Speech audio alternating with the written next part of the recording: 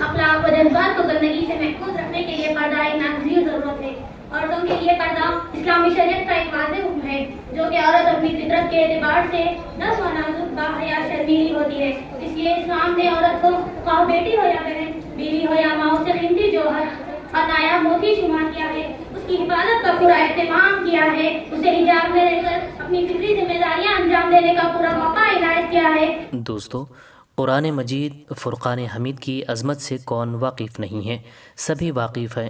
قرآن مجید اللہ رب العزت کا پاک کلام ہے، جو اللہ رب العالمین نے اپنے آخری نبی صلی اللہ علیہ وسلم پر نازل فرمایا ہے۔ ہمارے پیارے نبی صلی اللہ علیہ وسلم نے فرمایا، تم میں بہترین شخص وہ ہے جس نے قرآن سیکھا اور دوسروں کو سکھایا۔ قرآن سیکھنے اور سکھانے کے لیے الحمدللہ بے شمار مدارس ہیں۔ انہی میں شہر حیدرآباد کے نوری نگر بی بلہ گڑا علاقے کا ایک مشہور و معروف مدرسہ مدینہ اسلامیہ ہے، جس کے ناظم حافظ محمد عرفات صاحب ہیں۔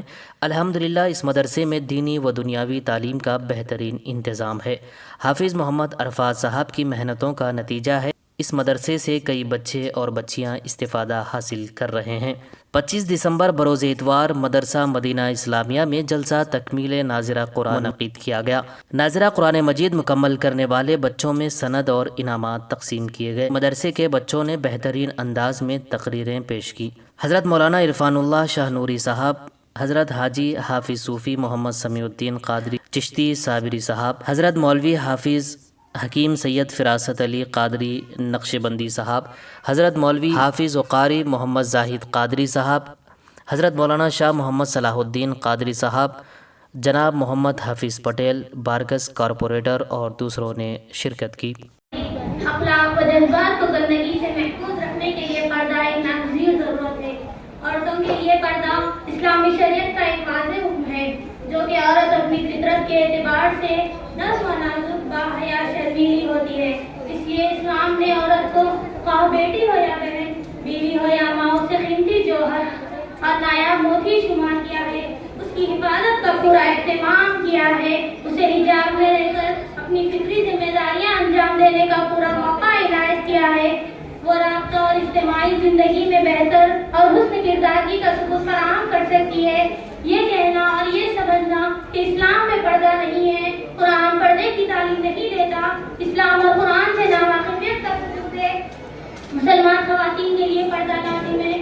قرآن کریم میں اللہ تبارک و تعالیٰ فرماتا ہے، سورۃ انزلناہا و فرضناہا، یہ ایک سورت ہے جس میں یعنی اس کے اندر دیے گئے احکام، جس میں پردہ بھی شامل ہے، ہم نے فرض کیا ہے۔ عزیز سامعین، پردے کے تعلق سے اللہ تبارک و تعالیٰ نے ایک اور آیت نازل کی ہے، اس کا ترجمہ یہ ہے کہ زمین پر اس طرح پاؤں مارٹی نہ چلے کہ جو زینت انہوں نے چھپا رکھی ہے اس کا ان لوگوں کو ہو۔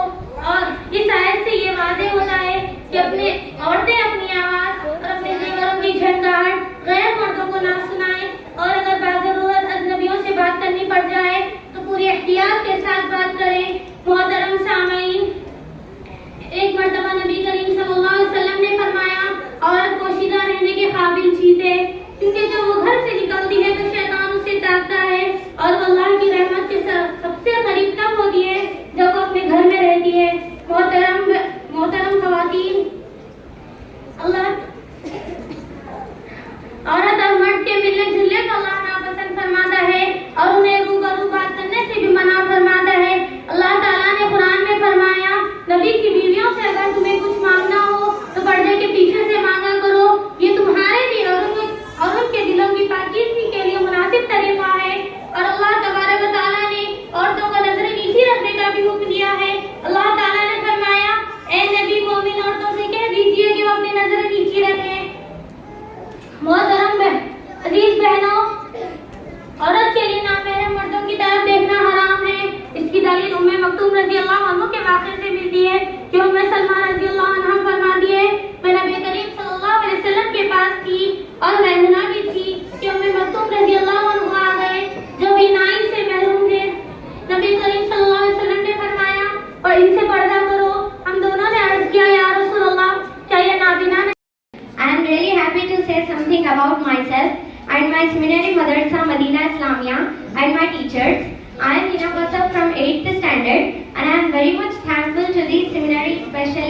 Janab Arfat sir, who provided me the deep knowledge of the subject and taught us everything in easy way, and I understood the every concept thoroughly.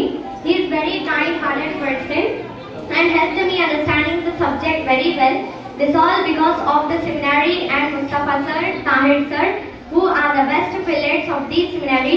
It's my honor that I have learned in this seminary under the supervision of finest teacher.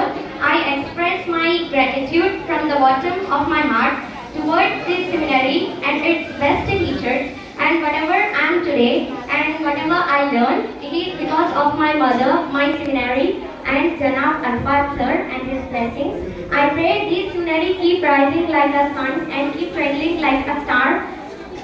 Always, I pray may Allah subhanahu wa ta'ala give good health and wealth to all the teachers of this seminary. Thank you.